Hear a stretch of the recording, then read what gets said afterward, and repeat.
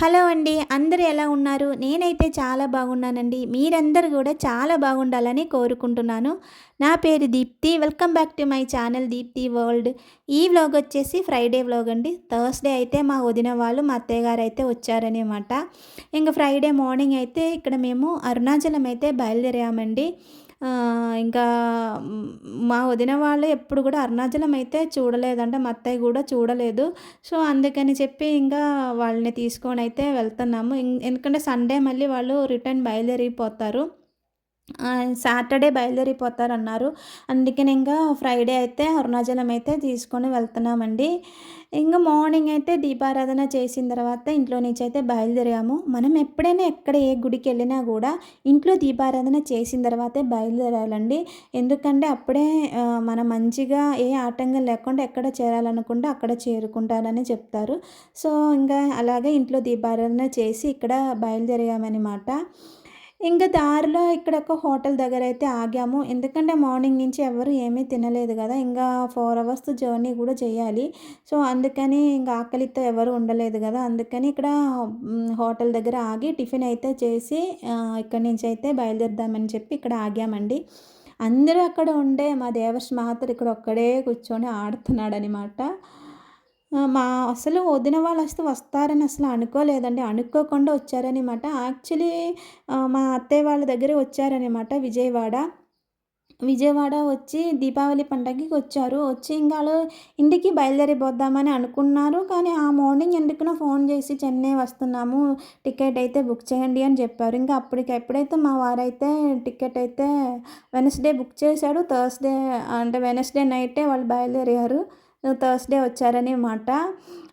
ఆళ్ళకి అరుణాచలం రావాలని ఉంది. ఈ అరుణాచలం మట్టిలో మనం అడుగు పెట్టాలంటే ఆ మహాదేవుడు అనుకోవాలంటే మననే పిలిస్తేనే తప్ప మన ఈ మట్టిలో అయితే అసలు అడుగు పెట్టలేదని చెప్తారు. ఇంకా అలాగే మా వదిన వాళ్ళు వచ్చారని వాళ్ళు అనుకుంటున్నారు. అంటే ఎప్పుడు కూడా చాలా సార్లు మన ఇంటికి వచ్చారు గానీ ఎప్పుడు కూడా ఈ అరుణాచలం అయితే వాళ్ళు రాలేదు. మేము కూడా ఇక్కడ చెన్నై వచ్చి చాలా సంవత్సరాలు అయిందండి. కానీ మేము ఒక్కసారే వచ్చాము ఇక్కడికి. అలాగే మా వదిన వాళ్ళు కూడా ఇప్పుడే మా వదిన వాళ్ళు, మా అత్తయ్య గారు కూడా ఫస్ట్ టైం అయితే వస్తున్నారనమాట ఇక్కడ. మా మావయ్య వారు ఎప్పుడో ఒకసారి వచ్చారంట. వచ్చి చూసారని చెప్పారు. ఇంకా ఫస్ట్ అయితే ఇక్కడ ఆగి అదే రమణ మహర్షి ఆశ్రమం ఉంది గదా! అక్కడికైతే వెళ్దామని చెప్పి వెళ్తున్నాము. మేమొచ్చేసరికి 11:30 అయ్యింది. కానీ అక్కడికెళ్ళేసరికి ఆశ్రమం అయితే క్లోజ్ చేశారు. ఇంకా 2:00కే ఓపెన్ చేస్తారని చెప్పారు. సరే అని చెప్పి ఇంక గిరి ప్రదర్శనం అయితే చేద్దామని అనుకున్నాము. అక్కడ ఫస్ట్ వినాయకుడి గుడి దగ్గర దండం పెట్టుకొని గిరి ప్రదర్శనం చేద్దామని అనుకున్నాను కానీ, మా అత్తయ్య అస్సలు నడవలేవు. అందుకని తనకి మోకాలు నొప్పి, కాలైతే వాసిద్ది కొంచెం నడవంగానే. సో, అందుకని చెప్పి ఇంకా కారులోనే తీసుకెళ్ళి గిరి ప్రదర్శనం చేసుకొని వద్దామని చెప్పి అనుకున్నాము. అప్పటికి మా వదిన వాళ్ళు చెప్పారు, ఇంకా మళ్ళీ వచ్చినప్పుడు అంటే మనం గిరి ప్రదర్శనం నడిచి చేద్దామని చెప్పి ఇంకా అనుకున్నారు. ఇంకా కారులోనే గిరి ప్రదర్శనం అయితే చేశామండి. ఇక్కడైతే మన అంటే లింగాలైతే 10 అయితే చూడొచ్చు. ఫస్ట్ అయితే ఇంద్రలింగం, అలాగే తర్వాత అగ్నిలింగం, తర్వాత యమలింగం, ఆ తర్వాత నైటూరి లింగం, ఆ తర్వాత అయితే సూర్యలింగం, వరుణలింగం, వాయులింగం, చంద్రలింగం, కుబేరలింగం, ఈశాన్యలింగం ఇలాగా 10 శివలింగాలు ఉన్నాయి. ఆ 10 శివలింగాలు కూడా దర్శనం చేసుకొని మనం వెళ్ళాలి. మధ్యలో చాలా గుడులు కూడా ఉంటాయండి. అంటే సుబ్రహ్మణ్య స్వామి టెంపుల్, అమ్మవారి టెంపుల్ అని చెప్పి చాలా టెంపుల్స్ కూడా ఉంటాయి. అవన్నీ కూడా మనం దర్శనం చేసుకొని అయితే వెళ్ళొచ్చు. చాలామంది అంటే గిరి ప్రదర్శనం నడిసి అయితే చేస్తున్నారు. చాలామంది ఉన్నారండి. ఇంకా ఇక్కడ దారిలో చూసారా నెమలిని చూసాము ఇక్కడ. ఇక్కడ సుబ్రహ్మణ్య క్షేత్రం పక్కనే ఇక్కడ ఈ నెమలిని అయితే కనిపించింది మాకు. ఇంకా అలాగే చిన్న చిన్న గుడులు కూడా చాలా ఉందండి. ఇక్కడ ఏంటంటే మన తెలుగు వాళ్ళైతే అసలు ఎక్కువ మంది వాళ్ళే ఉన్నారని చెప్పాలి. అసలు చాలా మంది ఉన్నారండి. ఇక్కడ చూసారా ఇలాగ మన దారిలో జింగలు ఇవన్నీ కూడా మనకి కనిపిస్తాయండి. ఇక్కడ వీటికి ఆహారం కూడా మనం పెట్టొచ్చు. ఇక్కడ పక్కనే ఒక షాప్ ఉండే అక్కడి నుంచి బన్ను లాంటిది ఏదో తీసుకొని ఇక్కడ ఈ జింగలకైతే వీళ్ళు పెట్టారనమాట.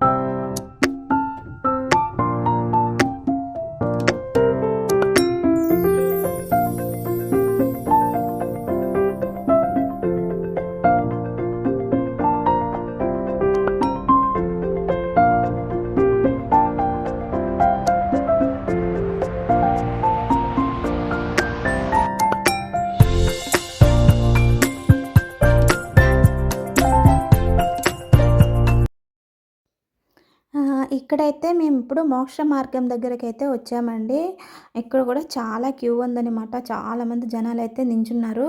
ఇంకా మేము కూడా లైన్‌లో నించొని వచ్చేసామండి. ఫస్ట్ మా వారైతే వెళ్ళారని మోక్ష మార్గంలోకి. చాలా చిన్నగా ఉండదండి లోపల. ఆ హోల్స్ అయితే చాలా చిన్నగా ఉంటది. కానీ ఇందులో ఎంత లావుగా ఉన్నవాళ్ళైనా సరే పడతారండి. ఆ మోక్ష మార్గం నుంచి మనం బయటికి వస్తామండి. అది ఎంత లావుగా అయినా అవ్వని అందులో నుంచి అయితే బయటికి వస్తాం. మనం ఓం నమః శివాయ, ఓం నమః శివాయ అని చెప్పి మనసులో అనుకోవాలి. అనుకోని మనం ఈ మోక్ష మార్గం నుంచి వెళ్ళాలి. అలాగా మా వారు, మా బుడ్డోడు కూడా వెళ్ళిపోయాడు. వాడైతే నడుచుకొనే వెళ్ళిపోయాడు. ఇంకా మా అత్తయ్య వెళ్తుందనమాట. ఫస్ట్ కొంచెం భయపడిందంట వెళ్తదా వెళ్ళదా అని చెప్పి. కానీ మా అత్తయ్య కూడా ఈజీగానే వెళ్ళింది. ఆ తర్వాత అయితే మా హన్సిక అయితే వెళ్తుంది. తను కూడా ఈజీగానే వెళ్ళిపోయింది. అంత ఇబ్బంది ఏమీ పడలేదు. ఈ మోక్ష మార్గంలో ఏంటంటే మనం ఈ జన్మలో చేసిన పాపాలన్నీ ఈ మోక్ష మార్గంలో నుంచి బయటకి వచ్చిన తర్వాత తొలగిపోతాయని ఒక నమ్మకం.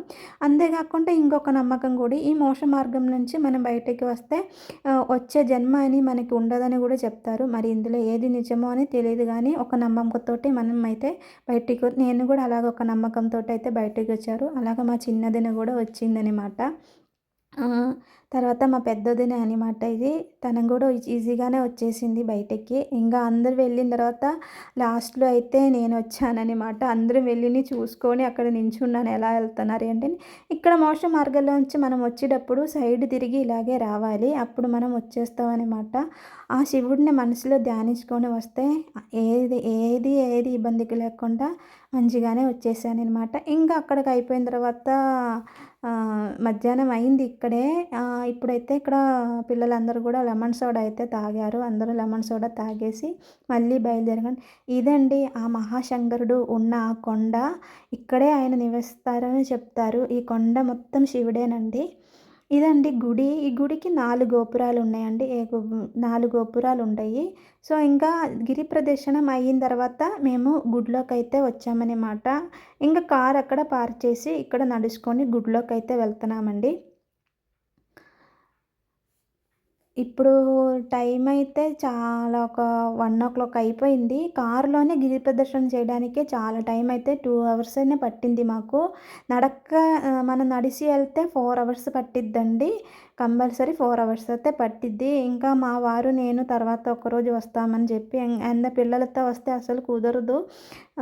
వాళ్ళు నడుస్తారో నడవరో అని చెప్పి ఇంకా మా వారు నేను తర్వాత ఒకరోజు వచ్చి గిరి ప్రదక్షిణం చేయాలని ఎప్పుడో నుంచి అనుకుంటున్నాను. ఇంకా అవ్వలేదు. ఒకరోజు వచ్చి ఈ కార్తీక మాసంలోనే ఒకరోజు రావాలి. గిరి ప్రదక్షిణం అయితే చేయాలని అనుకుంటున్నానండి. ఇక్కడైతే వీళ్ళందరూ కూడా బొట్లయితే పెట్టించుకున్నారు. నేను కూడా అయితే పెట్టించుకున్నాననమాట.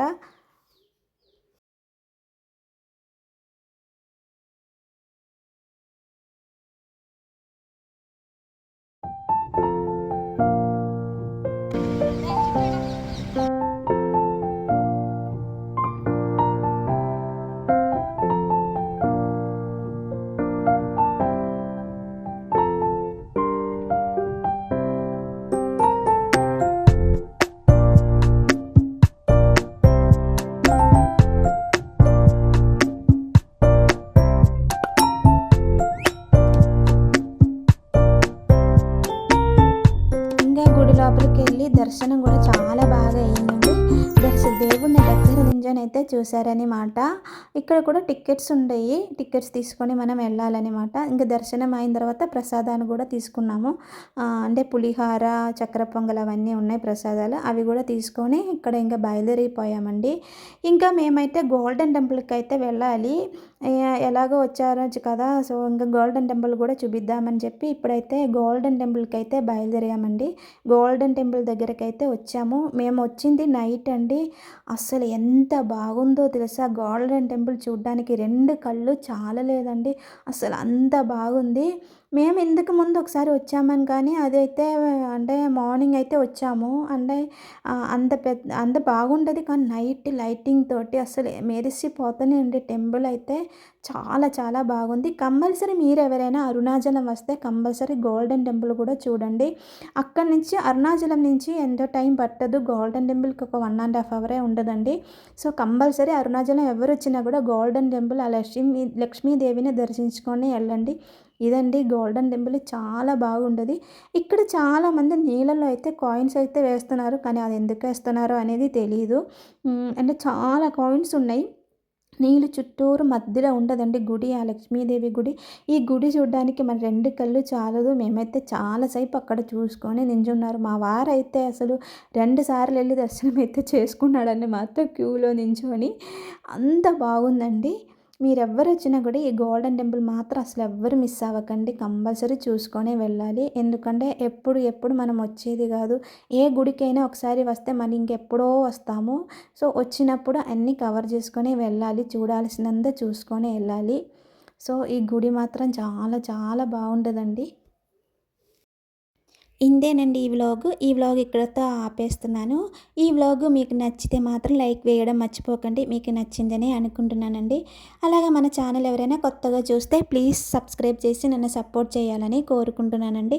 చూసిన వాళ్ళందరం ప్లీజ్ ఒక్క లైక్ వేయండి. లైక్ వేయడం మాత్రం మర్చిపోకండి. Thank you for watching.